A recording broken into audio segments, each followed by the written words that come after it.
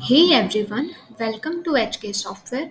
आज हम एक्सेल में लर्न करने वाले हैं कि जैसे हमने प्रीवियस वीडियो में ये देखा था कि अगर हमारे पास एक सिंगल क्राइटेरिया है, मतलब अगर हमें एप्पल प्रोडक्ट का ही टोटल सेल फाइंड आउट करना है, तो एक क्राइटेरिया में आप कैसे फॉर्मूलाज इम्प्लीमेंट कर सकते हो या कैसे फॉर्मूला यूज़ कर सकते हो। आज के इस वीडियो में हम सीखने वाले हैं कि अगर हमें प्रोडक्ट के नेम दिए हुए हैं, सिटी नेम दिया हुआ है, क्वालिटी भी दी हुई है और सेल्स अमाउंट दी हुई है, मतलब हमारे जो क्राइटेरिया है अगर वो मोर देन वन है तो उसमें हम फॉर्मूला कैसे इम्प्लीमेंट करेंगे या उसमें हम फॉर्मूला कैसे यूज़ करेंगे।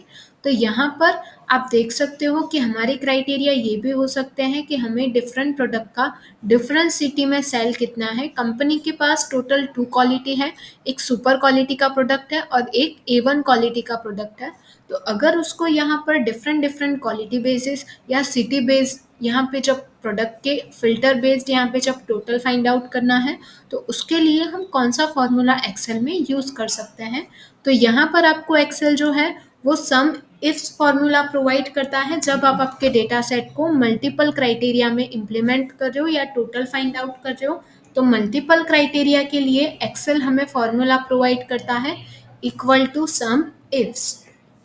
सम इफ और सम इफ्स में ये डिफरेंस है कि सम इफ का जो यूज़ है वो सिंगल क्राइटेरिया के लिए किया जाता है, जबकि सम इफ्स का जो यूज़ है वो मल्टीपल क्राइटेरिया के लिए किया जाता है। तो यहाँ पर अभी हम सम इफ्स यूज़ कर रहे हैं मल्टीपल क्राइटेरिया के लिए। तो सम इफ्स यूज़ करने के बाद एक्सेल आपको पहले पूछ रहा है सम रेंज। सम रेंज और नॉर्मल रेंज में क्या डिफरेंस है वो मैंने आपको प्रीवियस वीडियो में ऑलरेडी बताया था। एक बार मैं फिर से एक्सप्लेन करती हूँ कि नॉर्मल रेंज में और सम रेंज में क्या डिफरेंस होता है। तो सम रेंज मतलब ऐसी रेंज कि जिसका टोटल होना पॉसिबल है, मतलब हमारी न्यूमेरिकल रेंज।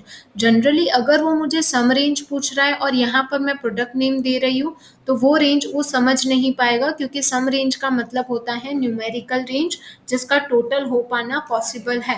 तो सम रेंज में हमें ऑलवेज अमाउंट ही सिलेक्ट करनी है या हमारा न्यूमेरिकल डेटा ही सिलेक्ट करना है। उसके बाद आपको नेक्स्ट वो पूछ रहा है criteria range one. Criteria range one में हमारी रिक्वायरमेंट है कि प्रोडक्ट लिस्ट, जिसमें से हम प्रोडक्ट्स एप्पल सर्च कर रहे हैं, तो यहाँ पर हम एप्पल प्रोडक्ट्स ही जो प्रोडक्ट नेम का लिस्ट दिया हुआ है वो हम यहाँ पे सिलेक्ट करेंगे। अब नेक्स्ट हमें एक्सेल पूछ रहा है क्राइटेरिया वन। तो क्राइटेरिया वन में हमें एप्पल प्रोडक्ट सेलेक्ट करना है, तो यहाँ पर हम एप्पल प्रोडक्ट सेलेक्ट करेंगे। और उसके बाद हमें क्राइटेरिया रेंज टू पूछा जा रहा है, तो क्राइटेरिया रेंज टू में यहाँ पर आप सिटी लिस्ट सिलेक्ट कर सकते हो। तो यहाँ पर सिटी लिस्ट सिलेक्ट करने के बाद हमारा सेकेंड क्राइटेरिया है कि हमें अहमदाबाद में एप्पल प्रोडक्ट का टोटल सेल कितना हुआ है वो फाइंड आउट करना है।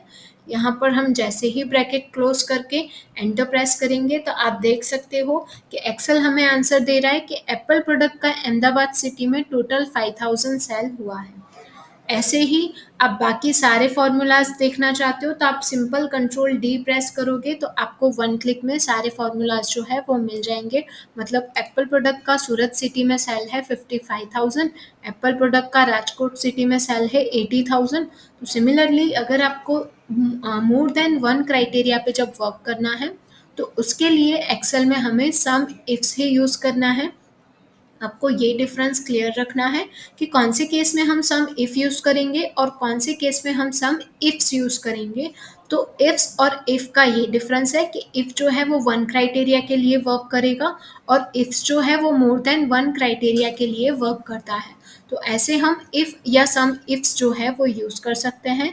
So that's it for this video. Hope you enjoy the video. Thank you so much for watching. Thanks for watching. Drop a like, leave a comment, and don't forget to subscribe.